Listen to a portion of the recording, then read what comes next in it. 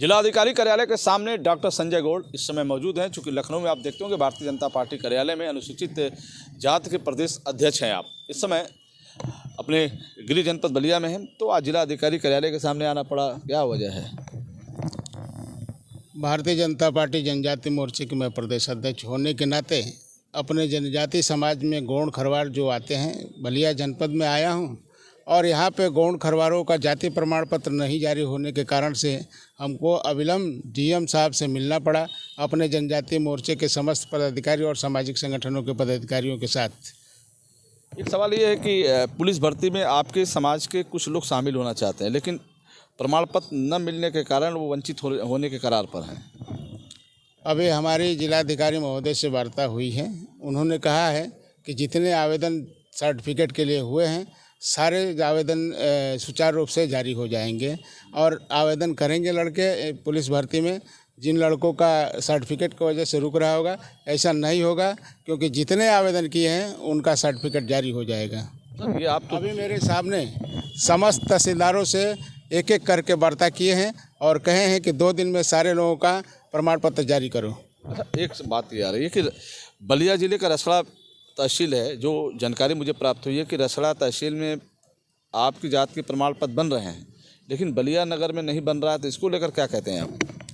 मैं तो सीधे सीधे प्रशासनिक कर्मचारियों अधिकारियों को ही दोषी ठहराता हूँ, क्योंकि एक तहसीलदार रसड़ा जो संजय सिंह जी हैं, उनको समझ में आता है कि गौड़ जात बलिया में पाई जाती है।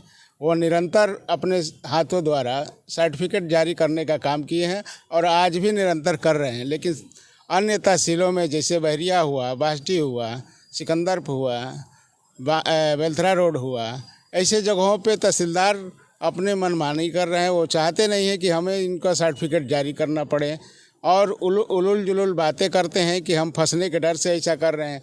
जबकि हमारे जनजाति समाज के संगठन के अध्यक्ष और मोर्चे के अध्यक्ष और समस्त पदाधिकारीगण उनसे यह निवेदन विरत करते हैं कि हमसे शपथ पत्र ले लीजिए और मेरे जो एविडेंस सही हो तो अब मेरे प्रमाण पत्र जारी करिए। इसमें कहीं ये नहीं है कि उनकी नौकरी प्रमाण पत्र जारी करने से जा सकती है। उनका सीधे सीधे इंटेंशन है कि हम प्रमाण पत्र जारी नहीं करेंगे अपने कलमों द्वारा। तो आप तो सत्ता में हैं, व्यवस्था में हैं, लेकिन ये मामला तो कोई नया नहीं है। लगातार कई सालों से जिलाधिकारी कार्यालय के सामने धरना हो रहा है, प्रदर्शन हो रहा है। समाज तब जगता है जब उसका मामला कहीं फंसता है। तो ये इतना विलम्ब क्यों हुआ? नहीं, निरंतर प्रमाण पत्र के लिए धरना प्रदर्शन होते रहे हैं और बीच बीच में हमारे तहसीलों में जारी होता रहा है प्रमाण पत्र।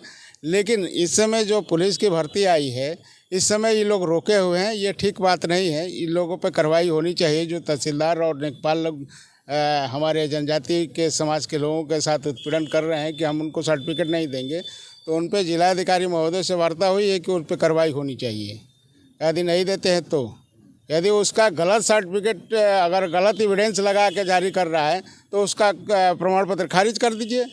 लेकिन जिनके पास एविडेंस सही है उनका प्रमाण पत्र अविलंब जारी होना चाहिए। इस प्रकार से निवेदन स्वीकार करते हुए जिलाधिकारी महोदय ने सारे तहसीलदारों से बात की है मेरे सामने कि 2 से 3 दिन के अंदर सारे सर्टिफिकेट जितने आवेदन हुए हैं जारी हो जाने चाहिए। उसमें कोई हिला वाली नहीं होनी चाहिए। चलिए, बहुत बहुत धन्यवाद। आप डॉक्टर संजय गौड़ को सुन रहे थे। अब आपके समाज के अनुसूचित जनजाति के लोगों को प्रमाण पत्र मिलेंगे, जैसा कि जिलाधिकारी रविंद्र कुमार ने आश्वासन दिया है। अब इन्होंने बताया कि 3 दिनों के अंदर सभी को प्रमाण पत्र मिलेंगे और जो पुलिस भर्ती में जो प्रमाण पत्र कहीं रुकावट पैदा कर रहा है भविष्य को लेकर, वो दूर होगा। नमस्कार।